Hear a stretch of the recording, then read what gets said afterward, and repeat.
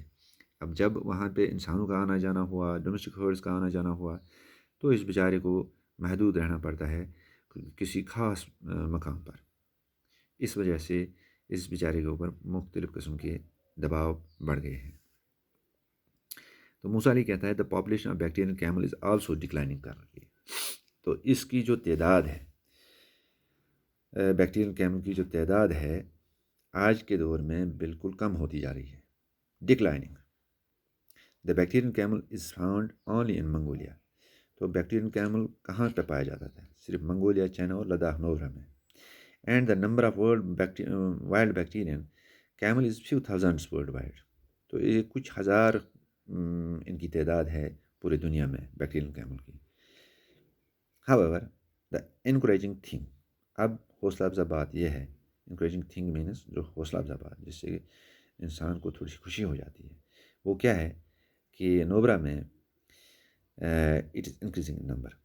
جو بیکٹیرین کیمل کی تعداد ہے نوبرا ویلی میں اس کی تعداد یہاں بڑھتی ہے.